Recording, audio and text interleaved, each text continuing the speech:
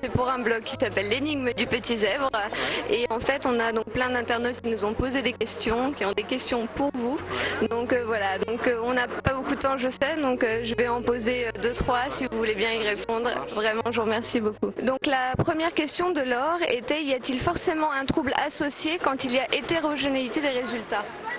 Alors pas forcément, mais on doit le suspecter très fort. Il n'y a pas forcément un trouble associé parce qu'il y a aussi des résultats, vous parlez du WISC, hein, c'est ça? Oui, tout à fait. Il y a des résultats, il y a des épreuves que l'enfant à haut potentiel n'aime pas, comme toutes les épreuves qui font intervenir l'écriture ou les épreuves qui font intervenir des notions qui ne sont pas intelligentes, comme les suites de chiffres, etc. Donc lorsque dans ces épreuves-là, parce qu'on met les épreuves qu'on appelle de mémoire de travail, de vitesse de traitement, elles sont nettement moins bien réussies, on doit suspecter un trouble associé et à ce moment-là, c'est un point de départ, le QI, et on va faire un bilan ergothérapique ou un bilan orthoptique pour voir les yeux et on va définir si c'est effectivement un trouble associé ou si c'est simplement un désintérêt de l'enfant pour ça. D'accord.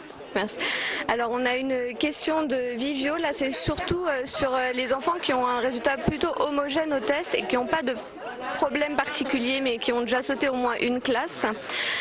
Est-ce qu'on doit quand même mettre en place un PPRE, un PAI ou quelque chose de spécifique ? Non, la plupart des enfants au potentiel, ils vont bien et ils réussissent bien, surtout ceux qui ont un QI homogène, et il n'y a pas besoin qu'ils aient un statut particulier. Ils ont trouvé en eux les capacités pour que la vie ne soit pas ennuyeuse, et en général ils ont la chance de pouvoir faire plus d'activités extrascolaires que les autres parce qu'ils ont du temps, donc il ne faut surtout pas leur faire un statut spécial. D'accord. Et donc, est-ce qu'il y a quand même des points sur lesquels il faut être vigilant quand on a... Oui, alors le point le plus important sur lequel il faut être vigilant, c'est l'anxiété. Parce que je ne connais pas d'enfants au potentiel, même homogènes, même sans problème, qui ne se posent pas des questions existentielles depuis tout petit sur la mort, sur la vie après la vie. Donc de temps en temps, si on voit que l'enfant a l'air préoccupé, en particulier à la préadolescence et à l'adolescence, il faut prendre le temps, en tant que parent, de s'asseoir au pied de son lit et lui dire: est-ce que tu as des soucis? D'accord. Ça, c'est un papa qui se demande ce qu'il doit faire quand son enfant a du mal à se concentrer, par exemple. Il a peur de tout prendre par le prisme de la précocité et d'excuser, me dit-il, certains comportements comme le fait qu'elle a du mal à se concentrer. Il demande s'il doit faire avec ou s'il doit l'apprendre, lui apprendre, l'obliger en fait à se concentrer, parce que dans sa vie future, elle aura besoin de se concentrer. Reprendre l'adage dont on parlait tout à l'heure, des enfants pas tout à fait comme les autres, mais comme les autres sont des enfants, avec les mêmes obligations, avec pour les parents les mêmes obligations éducatives. Donc bien entendu la question est pertinente parce que la limite entre la pathologie et la norme n'est pas toujours simple, mais dans un premier temps, avant de parler de pathologie, il faut avoir des principes éducatifs qui sont les mêmes, et je dirais même presque des principes éducatifs encore plus fermes qu'avec un enfant standard, parce que ça le rassure.